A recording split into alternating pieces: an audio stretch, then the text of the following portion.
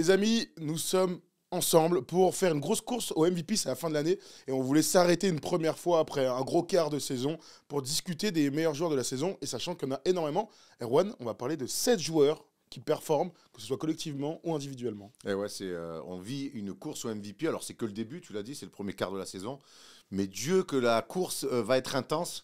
C'est compliqué pour l'instant de tirer des conclusions définitives, évidemment. Mais en tout cas, après, on va plus aller finalement, tu vois, sur le ressenti. Parce qu'il y a tellement de mecs. J'ai rarement fait un point à la fin décembre avec 7 mecs qui sont quasiment sur la même ligne. C'est vrai qu'en général, à Noël, on a toujours Des 2 tendances, mecs, 2 mecs ou 3 mecs qui se détachent. T'as un gars qui surperforme à ce moment, je pense à DeRozan il y a quelques années. Là, honnêtement, vous allez nous dire d'ailleurs, vous, dans les commentaires, hein, il y en a 7. J'ai encore du mal à choisir. Bon, je vous présente les 7. Attends, moi je voulais juste dire quelque chose, c'est qu'on est en fin d'année 2023 et que mon MVP 2023, c'est toi. Oh. Eh ben, très bien, Erwan, et je ne te rendrai pas l'appareil. Mais on peut y en avoir qu'un. Tout à fait, parce que co-MVP, ça n'a pas encore existé. Co-rookie de l'année, si tu veux. Ou co-MVP du All-Star Game, mais ça n'a rien à voir. Mais j'ai été drafté 10 ans avant toi. Non, 8 sans ans. blague. Enfin, drafté, sorti, bref. Bon, très bien. Bon, allez, allons-y, je vous donne les 7.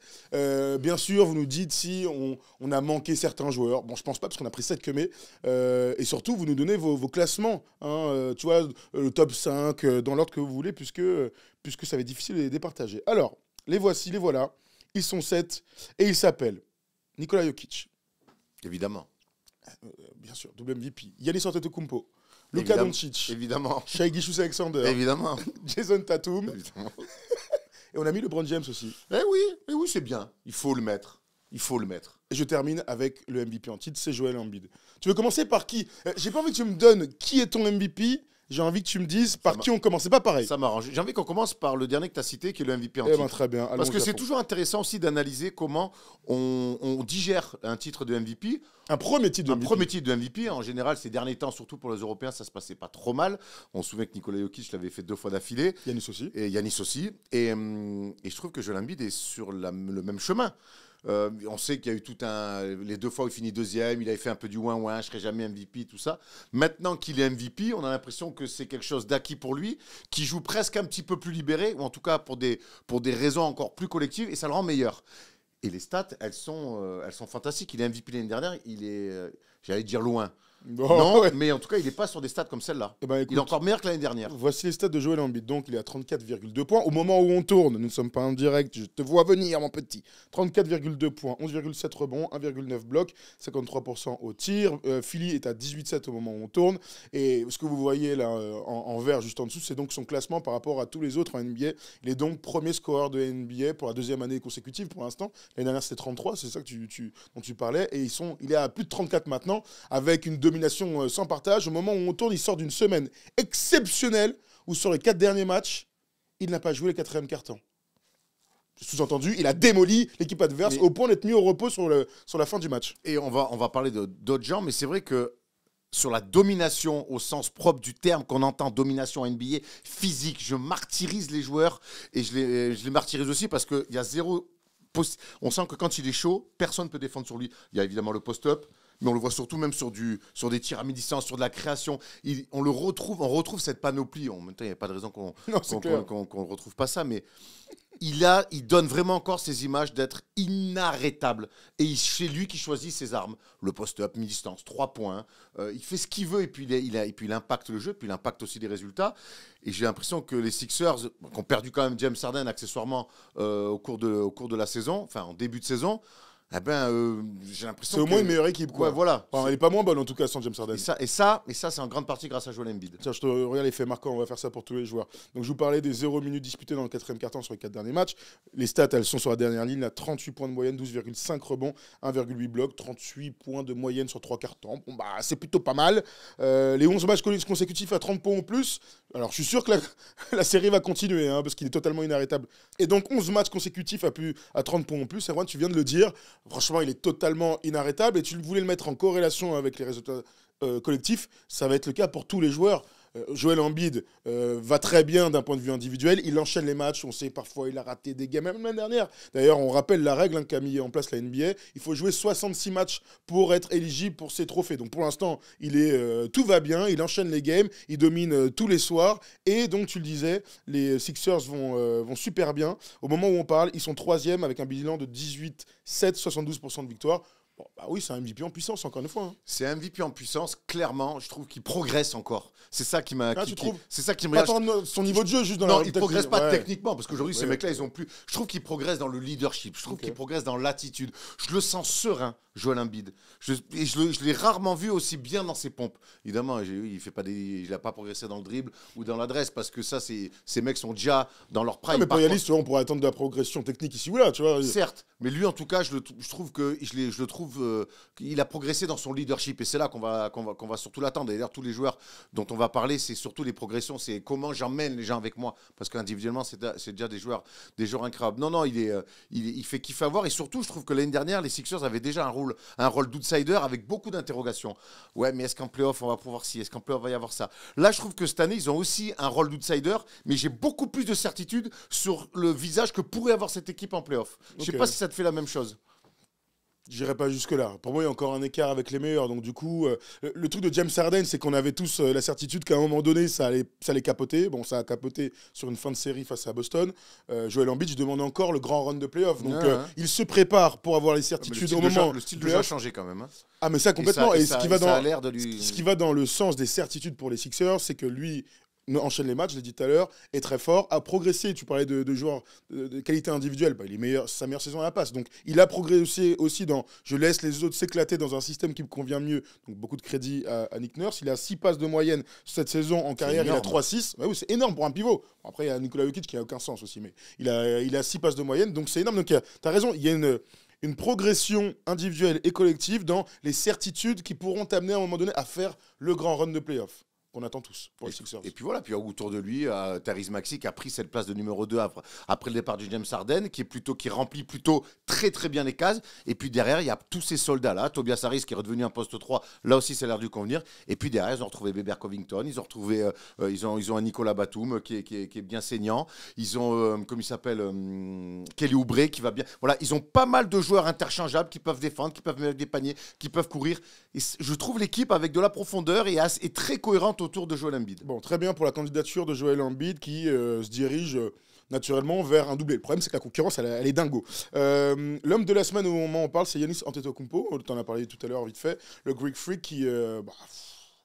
exceptionnel, honnêtement. Donc, 31 points de moyenne, encore une fois, pour Giannis. 11 rebonds, 5 passes D, des pourcentages de ouf, des pourcentages de pivot. Donc, 61% au tir, c'est un truc de pivot. 66% au lancer franc, c'est aussi un truc de pivot. Ouais, pour d'autres raisons. Ouais. Donc, il s'est passé pas mal de choses cette semaine. On va commencer avec le record de franchise, les 64 points marqués contre les Pacers. Donc, il s'empare du record de franchise qui était obtenu qui était détenu plutôt par Michael Redd. Les 17 points, les 17 rebonds contre les Rockets, qui lui permet d'être meilleur passeur, meilleur rebondeur et meilleur marqueur de l'histoire de la franchise des Bucks. Bon, bah, il est dans l'histoire un petit peu plus, mais il est dans l'histoire de cette saison aussi. Ça, c'est des choses de MVP, encore une fois. Ouais, 64 points, c'est la meilleure marque de la saison. Il a aussi la deuxième meilleure marque de la saison. Donc ça aussi, dans une course au MVP, et surtout cette année, ben on va évidemment prendre les bilans collectifs, on va prendre aussi les perfs individuels. Qui a mis la meilleure perf individuelle? Pour l'instant, c'est Giannis. La deuxième, c'est aussi Giannis. Alors après, tous les autres zigotos dont on va parler, ils sont aussi à plus de 40 au moins. Mais les deux meilleurs perfs, pour l'instant, c'est lui qui les a. Maintenant, le petit bémol que je vais mettre, et on va être évidemment très tatillon sur tous les mecs dont on va parler parce que la course est acharnée, c'est que pour l'instant, collectivement, l'impression que dégagent les Bucks, c'est moins kiffant que ce que je trouve chez les Sixers. Pourtant, le bilan est meilleur. Bah ouais. Je sais. C'est pas tout ce qui doit compter. Je sais pas. Le bon professionnel, c'est souvent le résultat et ensuite les autres, ils sont pas 10 victoires derrière nous. Ils sont kiff-kiff, mais il y en a une des deux, tu me dis, t'es enthousiaste et tout, et puis l'autre, t'es déçu. Ils ont le même bilan. Il y en a une des deux qui a récupéré Damian Lillard cet été, avec qui l'équipe a du mal à prendre. Donc, par contre, lui, pour pondérer ce que je viens de dire, c'est que lui, en disant, OK, il y a la Lillard, ça se passe moyennement dans la manière, parce que les résultats sont quand même là. Eh ben, c'est moi qui vais m'occuper de tout le temps que ça prenne. Et ça aussi, c'est quelque part ce qu'on attend d'un leader, d'un double MVP, d'un champion NBA. Il s'occupe de tout sur cette fin d'année. Quand la greffe Lillard collective, parce que Lillard fait quand même des stats. À partir du moment où il met 30 points, ils sont invaincus. Hein. Voilà. Donc ça, c'est des vrais stats. Après, lui, quand il est très bon, il gagne. Bon. Mais il y a ce truc de je vais pas attendre que ça se passe gentiment, je vais forcer un peu mon destin. un peu à l'image de sa carrière. Il a forcé son destin. Bon, et là, c'est ce qu'il fait cette saison. En temps, en tout cas, il gagne des matchs et lui, il a un niveau de MVP. C'est pour ça qu'on dit que cette course, elle est fabuleuse parce que, en fait, ils sont tous à un niveau de MVP. Là, tous les mecs dont on va parler, ils ont des vrais arguments. Donc, à voir sur quelle sensibilité tu joues pour essayer de faire un classement. C'est compliqué. Hein. Non, mais sachant que moi, je reste persuadé que le MVP, il y a évidemment des standards à respecter, le bilan, il faut des stats correctes. Mais après, quand c'est très serré comme ça, ben chacun a sa sensibilité. Et c'est ça qui est aussi cool dans les débats du MVP. C'est pas juste répondre, cocher des cas. C'est pas un QCM quoi, quand on choisit son MVP. Quoi. Clairement, le storytelling est très important. On enchaîne avec le troisième MVP. Enfin, il y a LeBron aussi. Allez. Le troisième des 4 DG MVP, c'est Nikola Jokic, qui, à un moment donné dans cette saison, pour moi, a été le MVP en puissance. Puis... Ouais, sur peut-être le premier mois, on va dire. Et sauf que depuis quelques temps, le retour des blessures et tout, on parlait de collectifs un petit peu compliqués, des résultats un peu compliqués. Pour Denver, ça l'est un petit peu. Mais il n'empêche que Nikola Jokic est toujours dans des stats juste phénoménales. Alors, Nikola Jokic est à donc 27 points de moyenne, c'est mieux que l'année dernière, 12,4 rebonds, 9,5 passes, presque en triple-double, hein, lui aussi, 54% au tir. Et le bilan est loin d'être dégueulasse, bien sûr, hein, 17-10. Il joue encore une fois comme MVP, mais on l'a vu maladroit ici ou là. On l'a vu contrarié. On l'a vu se faire exclure aussi pas mal de fois. Ça peut jouer dans la tête des votants. On rappelle que c'est les journalistes qui votent. Ah, le comportement, clairement, je joue aussi. Et puis surtout, on peut rajouter à tout ce que tu viens de dire, on le voit perdre des matchs, un petit peu plus qu'à l'accoutumée. Ouais. Les Nuggets se font un petit peu attraper ces derniers temps, même à domicile, on l'a vu face à OKC. Ouais, donc bon, c'est vrai que son premier mois est exceptionnel. Ces dernières semaines le sont à peine un peu moins. Pour ce qu'on attend de Nikola Jokic, encore une fois. Mais je me dis, est-ce qu'un pivot qui finit en triple-double, ça devrait pas suffire. Ça devrait pas suffire. Avec l'avantage du terrain, bien sûr. Ça compte. Hein. Tu vois, quand je vois Westbrook qui avait fini en triple-double et qui avait le 6e bilan, on se disait, mais attends, mais si l'histoire est en marche, il écrit l'histoire en faisant ça et automatiquement, il lui avait donné le titre de MVP. Et en fait, il n'y avait pas eu de débat, même si James Harden était pas loin derrière, mais le fait que Westbrook soit en triple-double, ça avait quand même fait basculer les choses. Est-ce que là, un pivot en triple-double, ça ne ferait pas basculer les choses aussi ? Si, moi je suis plutôt d'accord avec ça. Si le résultat collectif te permet d'être dans la course... Top 4, top 5 ? Avantage du terrain, c'est le minimum. Top 4.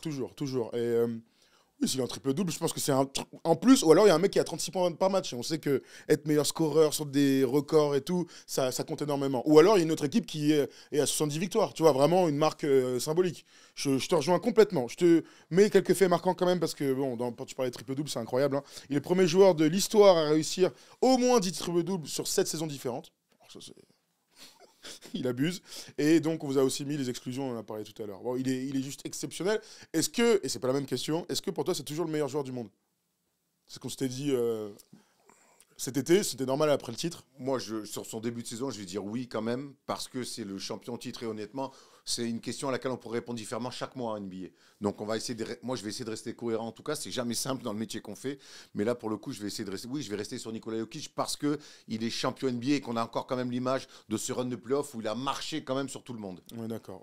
Et c'est ce qu'on se disait aussi souvent sur LeBron. Il est peut-être pas MVP de la saison, mais c'est le meilleur joueur du monde. Moi, j'aimais bien dire que Giannis était le meilleur joueur du monde depuis 2 ans, là, on va dire depuis son titre. Que KD et LeBron se sont bien tirés la bourse sur quelques années. Il y a Steph Curry aussi qu'on peut mettre dans la danse. Mais là, Jokic, tant qu'il n'a pas perdu une série de playoffs, on le laisse premier de ce petit classement honorifique. Bon alors, du coup, là on ouvre le débat des concurrents qui n'ont jamais été MVP. Et il y en a 2 que j'ai envie de lancer comme ça dans la bataille. C'est Luka Doncic et Shai Gilgeous-Alexander. Parce qu'ils sont, pas dans les effectifs similaires, mais c'est des jeunes joueurs encore qui sont amenés à être les meilleurs sur leur poste, s'ils ne le sont pas déjà, hein, pour le poste 1 et le poste 2. On va commencer par Luka, hein, qui est exceptionnel hein, lui aussi depuis le début de saison. Je vous donne ses stats à Luka Doncic. Il est donc notre ami à 32,7 points, deuxième meilleur marqueur NBA, 8,3 rebonds et 9,1 passes. Il est 4e meilleur passeur de la ligue. Voilà ses pourcentages. Et bilan, c'est ça qui nous intéresse aussi pour Luka, parce que les stats sont toujours là depuis des années, c'est que ils sont tout en haut de la conférence Ouest. Hein. Là, il a un bilan, s'il arrive à le tenir, qui lui permettrait clairement de dire... Parce que chaque fois qu'on a parlé de Luka comme MVP sur les stats individuels, chaque fois on revenait au bilan collectif en disant « Eh oui, mais c'est pas assez ». Là, cette année, on est en 3e à l'Ouest, avec Kyrie Irving qui a manqué quand même les 10 derniers jours, il me semble. Il arrive à maintenir son équipe dans le haut de la conférence Ouest, qui est un Far West incroyable. Et là, ça aussi, encore une fois, donc il y a les stats, il y a le classement, et puis il y a la manière. Il y a ce leadership d'exception. Ouais. Ces moments où il choisit que ok, le match, je vais le faire plier, et c'est moi qui vais m'en occuper. Cette manière dont tous ses coéquipiers arrivent à le suivre, Je sais pas quelles sont les limites de ce garçon. J'ai pas envie de dire il est dans son prime parce que je sais même pas Oui, s'il il est a toujours encore- été, en fait. Tu vois, Oui. mais en tout cas, je sens un garçon. Alors, il chicote toujours les arbitres, mais je le sens lui aussi, comme on disait avec Joel Embiid, plutôt bien dans ses pompes et vers un objectif assez clair, qui est certainement d'aller gratter un titre de MVP. Clairement, il a déjà marqué 5 fois ou plus. Non, 5 fois. C'est mieux. 5 fois 40 points ou plus. Il a marqué 49 points, c'est son record, là, que c'était contre Brooklyn. C'était déjà en octobre, ça passe super vite. Il est hyper dominant, il est fantastique, il est leader. Ça me fait aussi penser à Jokic, la première année de son MVP. Où Jamal Murray se blesse, je sais pas si c'est la première ou la deuxième d'ailleurs, je dirais la première, où il se blesse et l'équipe continue à gagner des matchs. Et c'est vrai que je trouve que dans l'histoire d'une saison, ça me fait penser aussi à KD 2014. Russell Westbrook est blessé pendant la saison et l'équipe continue d'être tout en haut de la conférence Ouest. Et il y a un gars qui est exceptionnel. Donc, si Luka continue à bien driver son équipe, à ne pas manquer de match, c'est super important. Et en attendant que Kyrie revienne, bon, bah, ça va être une évidence. Je sais pas parce que la concurrence est tellement rude. Mais en tout cas, il est programmé pour ça, le gars. Cette année, je pense qu'il n'y aura pas d'évidence. Et ça, Ouais. ça me fait surtout penser à la jurisprudence Joel Embiid aussi pour l'ensemble de son œuvre. L'année dernière, dans le débat Embiid ou Jokic, il y a beaucoup eu « Ah, mais Jokic l'a déjà eu 2 fois, Embiid l'a pas eu » pour l'ensemble de son œuvre. Pour certains, c'était recevable ou pas, selon les gens. Mais ça a aussi pesé peut-être dans la balance de dire « Attends, Jokic 3, Embiid 0 ?» Pour Ouais, mais ça, MVP, est-ce qu'il y a autant d'écart Ouais, mais entre du coup, là, ça veut dire. Là, c'était intéressant dans le duel à 3 où il y avait Jokic, Yanis et Embiid. Où c'est vrai que même avec le recul, on a vu le run de playoff extraordinaire de Jokic et tout ça, mais sur la saison régulière, on avait tous envie de le donner à Embiid. Là, le problème de Lucas, c'est que. Pas tant que ça, c'était serré. Hein. Oui, mais je veux dire, globalement, on en a beaucoup discuté entre nous. On était tous plutôt OK pour donner à Embiid. Là, cette année, le problème de Lucas, c'est que la concurrence, ça marcherait s'il était en concurrence seulement avec Shai, tu vois. On disait, ouais, il a fait un peu plus collectivement depuis quelques temps. Mais tous les autres, là. Mais alors, moi, je vais surtout sur le fait que Le ça storytelling, il peut pas marcher pour ça, quoi. Bah si, pour moi, il peut marcher parce qu'il y a l'ensemble... Alors là, sans parler des mecs qui ont déjà été MVP, je te parle de l'ensemble de son œuvre. En disant, attends, Luka, il est plus fort que jamais et ça fait quand même 3-4 ans qu'il est dans la course au MVP. Et peut-être dans l'inconscient, parce que je sais que c'est inconscient aussi, ça peut fonctionner pour moi, la régularité, même si c'était sur une année, l'ensemble de ton œuvre, ça te marque toujours un peu. Ok, ils vont tenir ce rythme, d'après toi? Parce que c'est quand même J'ai toujours ce truc-là de bien finir. J'ai envie de dire non, mais parce que défensivement, j'ai quand même encore, même si ça va un peu mieux, j'ai quand même beaucoup de doutes sur cette équipe-là. Et je sais qu'il y a beaucoup d'équipes à la bourre dans la conférence Ouest aussi. Mais ils ont le 6e bilan de la NBA, là. Mal tempo de toujours parier contre Luka. Donc tu dirais quand même tendance à je les vois redescendre quand même. faire top 6, mais pas être dans 3e à la fin. Je les vois pas rester 3e à la fin. Denver est loin, Phoenix est loin, les Clippers sont en train de remonter. Les Warriors, je ne sais pas ce qui va se passer, mais ils ne sont pas à leur niveau non plus. Ouais. Bon. Les Suns, t'as dit aussi? Les Suns, je l'ai dit. Les Suns et les Lakers aussi, on pourrait citer. Les Lakers. Tiens, je te mets les petits faits marquants. Je ne sais pas si on les a vus passer. Bon, on va les revoir quand même, je vais les prendre. Donc 10 matchs consécutifs à 3 points, 30 points ou plus. Les gars, ils sont trop forts. 30 points tous les soirs, ça n'a aucun sens. Et donc, depuis que Kyrie est blessé, 36 points, 8 rebonds, on se passe des victoires. Luka, MVP en puissance. Dans l'émission Clutch avec Rémi, on s'était posé la question un petit peu des effectifs, tu te souviens, entre Dallas et OKC. Parlons de Shai maintenant, qui est lui aussi au niveau MVP tout simplement. Il était All-NBA First Team l'année prochaine et il confirme cette année. On aurait pu penser peut-être rien du tout, gros. C'est un joueur exceptionnel. 30 points, encore une fois, de moyenne cette saison, 5 rebonds, 6 passes, des pourcentages très haut niveau, 54% pour en arrière, c'est un truc de ouf. Et surtout, ils sont 2e de la conférence Ouest. Et là, l'énorme surprise de ce début de saison, OKC est une équipe qui gagne des matchs. Ouais, et qui viennent d'aller s'imposer chez le champion au titre, où ils ont été malmenés, et puis finalement, ils se sont accrochés, ils ont fait un énorme match collectif, et puis à la fin, ils s'en sont remis à leur star, Shai Gilgeous, qui met le game winner en mi-distance, comme il aime bien faire. Moi, je suis amoureux de Shai, je te le dis direct, pas la chanteuse, le joueur. Les deux. Non, mais en fait, il est passé devant la chanteuse, et c'est pour te dire comment comment il est très haut dans mon cœur, du coup. Et non, puisque ce qu'on aime bien, c'est la continuité. J'aime bien, on parle de storytelling, quand il est tradé des Clippers pour arriver à OKC, tout le projet d'OKC est fait autour de lui. On veut en faire un go-to-guy, ce qui n'est pas encore complètement clair du côté des Clippers. Du côté du Thunder, quand il arrive, c'est clair. On va construire une équipe autour de toi. Tu vas nous emmener en haut de la conférence Ouest. Et c'est ce qu'il est en train de faire, saison après saison. Et aujourd'hui, c'est clairement l'un des meilleurs meneurs NBA. Et c'est un mec qui est complètement en course pour être MVP. Le bilan, la manière, le leadership. Moi, vraiment, c'est le leadership, c'est ce qui me fait le plus basculer d'un côté ou d'un autre selon les joueurs pour être MVP. Mais lui, il est fantastique. Puis ce côté, alors, c'est certainement un peu de Blair parce qu'il est un peu là-dedans. Il y a rien qui transparaît. Quand il met le game winner à Denver, ils sont tous comme des fous sur le banc et lui, il est là. Il marche en patron comme ça, comme un Apollon grec qui sort de la douche à poil, tu sais. Il est payé pour ça, quoi, le gars. Ouais, Tranquille. trop fort. Une journée à la poste. Non, puis le personnage, il en fait pas trop, parle peu aux arbitres. Tu vois, il en rajoute pas, quoi. Il fait son truc. Après, il y a tout le côté un peu fashion victime et tout. C'est un mec que je trouve attachant et je trouve qu'il est trop fort, quoi. C'est un tueur. Et ça, c'est important aussi, les clutch. Clairement. Les faits marquants pour Shai. Du coup, 30,7 points par match. OK, 4 matchs à plus de 40 points. Très bien. Mais la stat, elle est collective. Là. C'est ça qui m'impressionne. Ils sont donc deuxième à l'Ouest. C'est pas arrivé depuis la dernière année de KD, tout simplement, dans la franchise. Donc, ça montre l'étendue de l'opération qui se passe. Le Thunder dans la haut de la conférence Ouest, c'est pas arrivé depuis KD Westbrook. Hein. Tout à fait. Ibaka. Tout à fait. Sam Perkins. Sam Perkins, Kendrick. Sam, c'est un autre que mais. Hein. Kendrick Perkins, n'importe quoi. Putain, on aime beaucoup. Comment il s'appelle Babtou qui était à Kansas là? Nicolisson. Donc du coup, je disais tout à l'heure qu'on avait fait cette petite comparaison entre les deux effectifs autour. Moi, le truc de Shai, pourquoi je lui mets beaucoup de crédit, mais vraiment énormément de crédit autour de la candidature de Shai au MVP, c'est que c'est pas une équipe qui est programmée pour être top 3 de la conférence Ouest.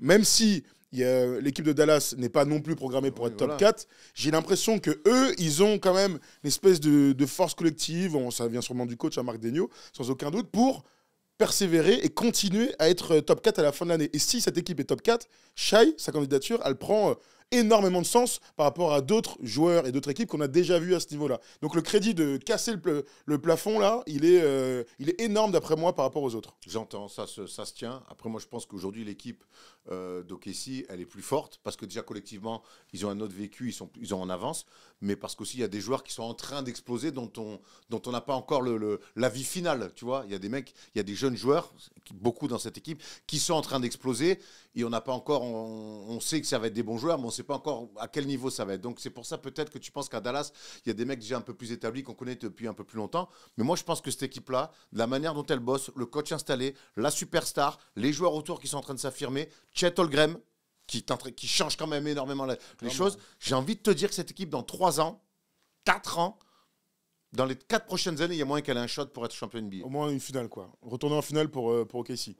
Retourner en finale pour OKC. La dernière fois, c'était en 2012. Ouais. Cette stat qui T'es pas d'accord avec ça? Si.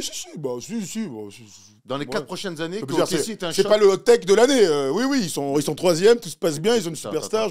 Oui, je pense qu'OKC aura peut-être un shot. Ouais. Sur mon avis, je veux juste avoir ton avis. Non, il n'y a aucun débat, je suis d'accord avec toi, oui. Il n'y a pas trop de débat. Allez, bonne année. Moi, mon débat par rapport à ce qu'on disait donc là, c'était la différence des deux effectifs. Je suis allé regarder vite fait les âges.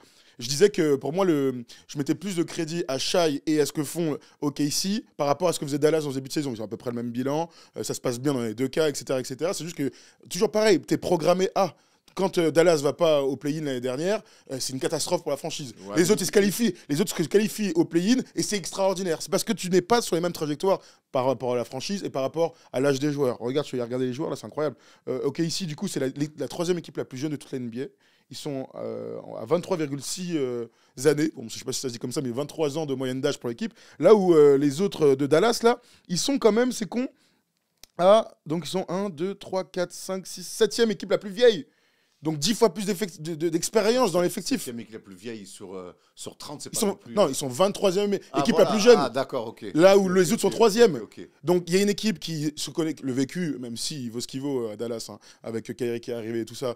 Pour moi, quand tu as Luka qui est là depuis longtemps, et mine de rien, les généraux autour qui sont là depuis quelques temps, et des gens... Il y a eu un écrémage quand même. Hein. Il y a 3 joueurs qui sont partis. Il n'est plus là. C'est tout. Maxi Kleber, il joue encore au basket, lui. Il est dans l'effectif, j'y peux rien. Donc, en tout cas, il y a une équipe super jeune, donc je donne beaucoup de crédit au Thunder et à Shai dans l'éventuel vote pour être MVP par rapport à Luka. Ça se tient. Voilà. C'est un meilleur hot tech, ils vont peut-être être champions d'ici 4 ans. Si tu veux. Non, moi, je rigole. Par contre, le truc de dire que Dallas, sur le papier, est une meilleure équipe qu'OKC, là, je te suis pas du tout. Explique-moi pourquoi, alors. Mais parce que. C'est juste joueur par joueur ou déjà, c'est quoi? parce que déjà, moi, je pense qu'encore une fois, je répète ce que j'ai dit tout à l'heure, je pense qu'il y a des potentiels à OKC qui vont devenir des joueurs certainement meilleurs que ce qu'il y a pour l'instant à Dallas. Ouais, mais à et puis l'instant je trouve que cette franchise du Thunder, mine de rien, depuis quelques années, même si je leur suis tombé dessus de manière assez terrible, en même temps, quand tu prends des défaites de 70 depuis l'année dernière, points, point. Mais c'est depuis un an, ça, Erwan, cette héroïne. Ils ont commencé à gagner des matchs il y a un an. Voilà, basta. Hein. Avant, ils étaient dans bas-fond, et on avait fait cette vidéo, on les avait exactement. défoncés. Donc un an, c'est rien. Quoi, mais c'est une équipe qui bosse, qui finalement qui avait un projet, ils commencent à gagner des matchs. Et pour moi, je trouve que ça bosse beaucoup mieux qu'à Dallas. C'est une équipe. Oui, non, mais attends, qu'il y ait un meilleur coach. Aujourd'hui, tu prends l'effectif. Vraiment, tu prends l'effectif Bugne à Bugne, c'est une meilleure équipe. Alors oui, il y a Doncic et Kyrie qui ça change la donne. Attends, mais on est d'accord que Chet Holmgren qui déjà sur le moi j'ai beaucoup de mal à comparer un rookie aussi fort soit-il avec Kyrie Irving qui est champion NBA qui a de l'expérience et tout, tu vois, on est en 2023, je te dis pas qu'en 2040 il y a un joueur j'ai du mal à dire, il y a deux joueurs quasiment all-time futur Hall of Famer et donc ça s'arrête là. Alors eux ils ont une profondeur, ils ont un meilleur coach, tout ça compte quand tu fais la différence entre une équipe et une autre. Oui, mais sauf que quand on fait une différence d'effectif, c'est un par un. Si on dit est-ce que c'est une meilleure franchise, sous-entendu, est-ce qu'elle est mieux gérée, si tu veux, on peut débattre d'OKC et de Dallas. Est-ce qu'il y a un meilleur coach et donc une meilleure équipe dans l'expression collective? On peut débattre. Mais sur l'effectif, tu vois. Tu préfères avoir Thierry Hardaway Jr. Il est extraordinaire. Ou tu préfères avoir Jalen Williams et Lou Dort? Non, mais je sais pas, je te le dis. Je pense que la question peut se poser. D'ailleurs, vous allez tenter de nous répondre. Ok.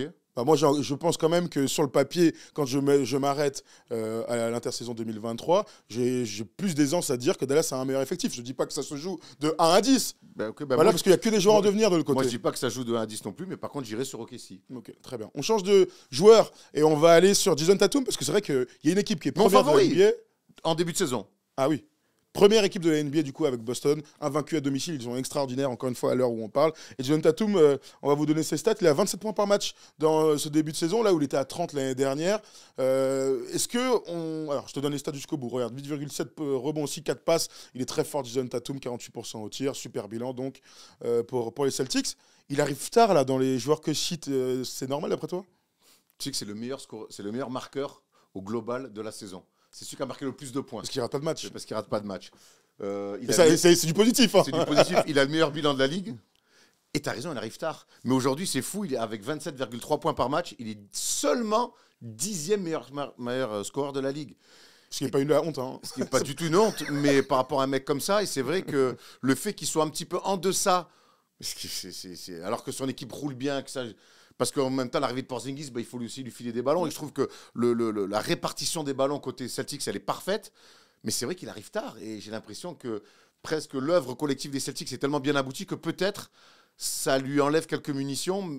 C'est assez fou. C'est un peu dommage. C'est une lecture très compliquée. C'est un peu dommage parce qu'on aime bien dire que le MVP, c'est le meilleur joueur de la meilleure équipe. On aime bien aussi le dire. Attends, si les Celtics finissent premier de l'Est avec quelques matchs d'avance, ça pèse lourd quand même au moment de voter. Hein. Surtout s'il manque pas de match, il est toujours aussi bon, etc. Et qu'en plus, il n'y a plus de débat avec Jaylen Brown et tout. C'est vraiment parce que depuis tout à l'heure, on est là à dire 3e à l'Ouest, 4e à l'Ouest, ils ont l'avantage du terrain playoff. Là, si le mec il est premier de la ligue, ça doit peser très lourd aussi dans la manière de voter. Ça c'est clair. Il y a toujours ce truc aussi de la NBA, c'est que lorsque tu as un collectif qui est fait pratiquement à 100% autour d'un homme, c'est plus facile à repérer, là où Jason Tatum fait partie d'un super collectif.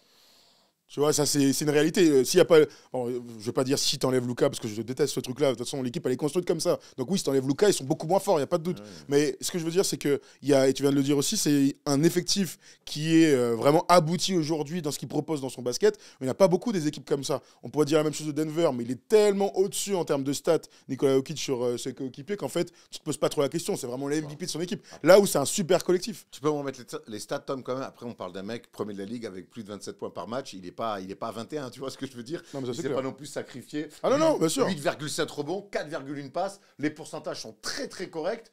Et puis on le rappelle, moi je te dis, un premier bilan de la Ligue, donc pour moi il est encore plein fer dans la course. Alors peut-être dans la course au titre de MVP. Tom me dit que peut-être qu'on est en train de se poser la question parce que sur les 8 derniers matchs, Tatum était à 25 points par match et Jaylen Brown à 24.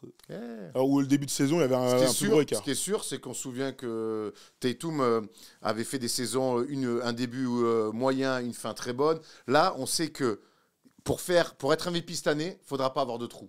Et c'est vrai que faire des matchs que 25 points par match dans cette course de cinglés, ça peut peut-être marquer des points. Et on peut dire ce qu'on veut, le bilan. Et moi, je pense que le meilleur bilan de la Ligue, ça doit peser très lourd. Mais par rapport à des mecs, tu te retrouves en concurrence directe, parce que c'est un titre, ça reste un titre individuel. Heureusement ou malheureusement, s'il y a un mec, tu te retrouves avec Shai qui est à 31 et toi, tu es à 26, bah, à un moment donné, les gens vont dire « Ah, frérot ». C'est un peu ce qui s'est passé l'année dernière d'ailleurs. Hein. Peut-être. Tu sais, Denver, l'année dernière, était meilleur bilan de la conférence Ouest, 53 victoires. Là où Philadelphie, avec 54 victoires, était troisième à l'Est. Donc il y avait ce truc-là, un petit peu de dire « Ah ouais, mais on aurait dû donner à Nikola Jokic ». Mais Nikola Jokic, l'année dernière, il a 25 points par match, alors que Embiid est meilleur scoreur à 33. Mais bon, forcément, en même temps, on essaie de chipoter pour savoir qui est le meilleur joueur. Il n'y a pas de règlement, il y a pas, tu vois, il y a des choses qu'on sait, le bilan collectif. Mais bon, après, on en revient toujours au ressenti, quoi. Clairement. Dernière candidature, on était obligé de le mettre, puisqu'il est MVP du In-Season Tournament. LeBron, il a 39 ans, enfin 39 bientôt, le 30 décembre. LeBron James, est-ce que vraiment on peut lui donner un titre de MVP pour ce début de saison? C'est cadeau. Hein. Non, parce que le bilan est pas assez bon et qui s'est quand même beaucoup concentré sur le In-Season Tournament. Mais c'est des stats 25, 7, 7, merde quoi. Oui, il est trop fort. 3 points, c'est des stats de mutant. Il y a presque, honnêtement, il faudrait presque lui inventer un titre spécial que pour lui, pour la longévité. Tu vois, et dire qu'est-ce que ça veut dire le trophée LeBron James, c'est de mettre 20 points par match lors de ta 20e ou 21e saison. En tout cas, voilà, je sais pas, pour moi, on le cite parce qu'on doit le citer. Il est bien sûr en retard sur tous les mecs dont on vient de parler. Mais le voir évoluer comme ça, je te dis, ça ne durera pas malheureusement toute la vie. Donc voilà, on profite de chaque fois de LeBron. Alors, je te pose une autre question qui est un peu plus tricky et dont on se régale. Vous avez tous vu, je pense, l'extrait du podcast là, à Vegas entre Kevin Garnett et Paul Pierce, entre autres, hein, qui sont toujours en très bonne santé au moment de faire des lives, où Paul Pierce disait que LeBron ne faisait plus partie du 5 majeur, du top 5 des meilleurs joueurs de la ligue. Et Kevin Garnett lui a dit « Mais gros, t'es fou !» et donc il a cité 5 joueurs. De mémoire, c'était Jokic, Doncic, Giannis, Tatum et Embiid. Donc voilà, son top 5 à Paul Pierce. Est-ce que, sachant qu'on connaît les antécédents entre Paul Pierce et LeBron, hein, qu'est-ce que tu en dis, toi? Est-ce que LeBron, aujourd'hui, à son vieil âge, là, il fait encore partie du top 5 de la ligue? J'ai envie de dire que non. Mais en même temps, il y a eu un truc à gagner cette année, c'est lui qui l'a gagné, et il a été MVP. Donc après, sur une saison, je ne suis même pas sûr qu'il finira top 5 MVP. Je pense qu'il aura peut-être des voix, à voir comment il va finir. Parce que ce que doit faire LeBron, je pense, et les Lakers, quand on voit ce que fait Anthony Davis, et qui peut, pour moi, je l'ai dit, leur ouvrir un peu plus le champ des possibles. Il va falloir que LeBron il arrive en play-off avec un petit peu plus de jambes, de fresh leg. Cryothérapie. Donc, et voilà, j'espère que son ambition... Là, c'est Han Solo comme ça voilà, pendant un mois. Hein, j'espère que son ambition, ça va être de créer un coup, de faire des coups et de créer une surprise en play-off plutôt que d'aller chercher un 5e titre de MVP. Alors, dites-nous dans les commentaires si... Il y en a 3 ou 4 Il y en a 4. Donc, ça sera un 5e titre de MVP. 4 MVP. Donc voilà, je pense que pour moi, il ne sera pas dans le top 5 de la fin. Donc, je rejoins Paul Pierce là-dessus, mais sans la hate qui va avec. Tu m'étonnes. Et le Hennessy aussi, parce que chaque fois qu'il fait l'émission, j'ai l'impression qu'il a 2,5 grammes. Quoi. Je crois qu'il a 2,5 grammes minimum. Hein. Sinon, il ne fait pas l'émission. Ça fait 5. T'imagines? Alors, attends, je l'ai fait marquant de LeBron, s'il te plaît, mon Tom, on va se les regarder ensemble. Puis ensuite, on va dire qui est le MVP de ce début de saison. Donc, champion MVP d'une season tournament, ça vaut ce que ça vaut, mais ça vaut.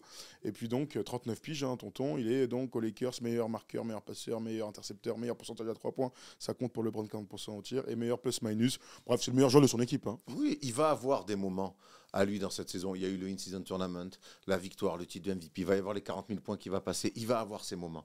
Mais surtout, ce qu'on veut voir, c'est un petit peu ce qu'ils ont réussi à faire l'année dernière. C'est faire des coups en play-off. Et qui sont en meilleure forme, parce que l'année dernière, il n'était clairement pas 100%. Voilà, donc ça, je pense que c'est quelque chose qu'il doit prendre en compte. Ce qu'on veut, honnêtement, moi, ce que j'ai envie de voir, c'est plus LeBron en canne, en play-off, plutôt que LeBron qui se tire la bourre pour être MVP avec des mecs qui ont 10 ans, 15 ans de moins que lui. C'est clair. Tu vois? C'est clair. Donc, cette candidature. On est comme pour les délégués de classe là. On est là, on a beaucoup réfléchi, on a passé au crible chacun des mecs. On est au premier tour. On n'a pas cité de Paolo Banchero. Je vous donne vite fait les mentions. On n'a pas cité, je sais Steph pas Curry. moi. Non, on a surtout. Alors Steph Curry, t'as raison. On n'a surtout pas cité de mecs de Minnesota, qui est premier de la conférence Ouest. Anthony Edwards, Rudy Gobert, qui seront sûrement récompensés par l'All-Star Game. Certainement, et ça s'explique. Hein, même Karl Anthony Towns, qui depuis 2 semaines, il fait des chantiers terribles. C'est très dilué entre Karl Anthony Towns et Anthony Edwards, le scoring. Et encore une fois, on voit la concurrence des mecs. C'est des mecs qui tournent à 30, 33, avec des bons bilans aussi. Donc, c'est dur de les mettre. Dites-nous dans les commentaires si c'est injuste. Ça reste pour moi plus une œuvre collective. Plutôt que même si Anthony Edwards est en train de prendre le lead, que Karl Anthony Towns fait aussi une très bonne saison par rapport à l'année dernière. Et on se rappelle que l'année dernière, il a raté beaucoup de matchs. Et mine de rien, quand il est là, son équipe est première à l'Ouest. Ouais. C'est pas rien. Mais aujourd'hui, pour moi, individuellement, rappelons que c'est un titre individuel, c'est en dessous des mecs qu'on vient de citer. Et puis s'ils tiennent le rythme, s'ils finissent premier de la conférence et Ouest, peut-être que là, Anthony Edwards, on pourra peut-être lui donner. Bon, évidemment. Erwan, tu votes pour qui? Qui est ton MVP du début de saison? Shai Gilgeous-Alexander. Oh ouais, vache! Ah ouais, la grosse cote. Ok. J'ai dit que j'étais tombé amoureux. Ah ouais, je comprends. Explique un peu. Hein. Pour tout ce qu'on vient de dire, c'est qu'il y a une forme de continuité. Mine de rien, le Thunder, qui l'année dernière fait un play-in, qui était une vraie avancée dans la construction de ce projet-là, est deuxième à Noël.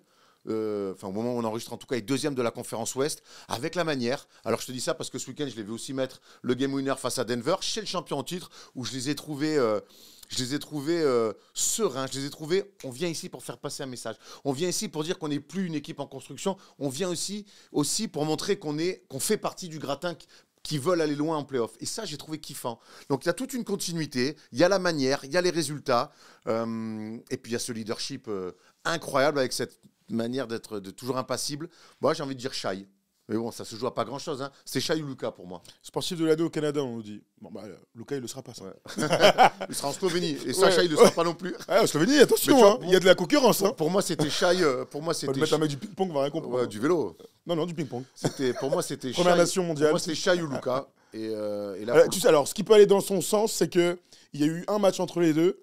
C'est le match à Dallas où les Mavs mettent un 30-0. Mais OKC gagne quand même le match. Dans une super rencontre, je vous invite à la regarder sur League Pass. Mais 30-0, là c'était 30 ou 33 d'ailleurs, je sais pas, c'était extraordinaire. Mais dans cette confrontation directe entre deux des MVP de ce début de saison, c'est Shai qui s'en était bien sorti. Alors qu'il n'avait pas été excellent, mais il était bon dans la fin de match. Donc pour jouer. Bon, tu m'as un peu coupé l'herbe sous le pied parce que c'était mon pic, Shai Gilgeous-Alexander. Du coup, moi je vais me rabattre sur un truc beaucoup plus sérieux. Je suis encore sûr que ce sera un des 3 gros qui vont gagner le titre de MVP. Donc que ce soit Giannis, que ce soit Joel Embiid ou que ce soit Jokic. J'avais mis Jokic là il y a 2 semaines, vraiment hyper dominant. Ce qui s'est passé l'année dernière en playoff, tout le monde garde ça en tête et tout. Les blessures, il continue à gagner, mais c'est vrai que les 3-4 matchs là où il s'est raté, il ne ressemblait pas du tout à ce qu'il est habituellement. Donc la nervosité et tout. La nervosité, rater des tirs et tout. Je fais, comment Nico? C'est que 3 matchs dans une saison, hein. Mais on sait qu'ils sont capables, les Nuggets, d'avoir du mal. On se souvient l'année dernière, juste avant les playoffs, ils perdent, je sais pas, 5 matchs d'affilée, 5 ou 6 matchs. Et finalement, ils sont champions en titre. Bon, je vais quand même te dire Joel Embiid. Parce qu'un pivot qui a 34 points par match, qui joue pas les 4e quart-temps, ça me fait penser, alors pas pivot pour le coup, mais ça me fait penser à Steph, l'année du MVP unanime, où il jouait jamais les fins de match. Il était à 30 minutes de temps de jeu là, et en fait il était tout le temps au repos parce qu'il y avait 25 points d'écart à la fin du 3e quart-temps. Donc ça, c'est quand même des indicateurs pour une équipe et pour un joueur qui a perdu le meilleur passeur de l'année dernière, leadership incroyable, James Harden, qui change de coach, qui me font dire qu'il aura, après, là, à Noël, le plus de voix si on devait élire un MVP. Je sais que tu n'allais pas me dire non. Pareil pour Shai, je te dis pas non. Bravo, messieurs. Tous les mecs qu'on vient de citer, moi, chaque fois, on peut faire venir un mec dans la pièce à chaque fois qui va m'argumenter c'est lui mon MVP. Je vais pas lui dire, oh, mais tu es fou, hein. Qu'est-ce que tu racontes, ton fada?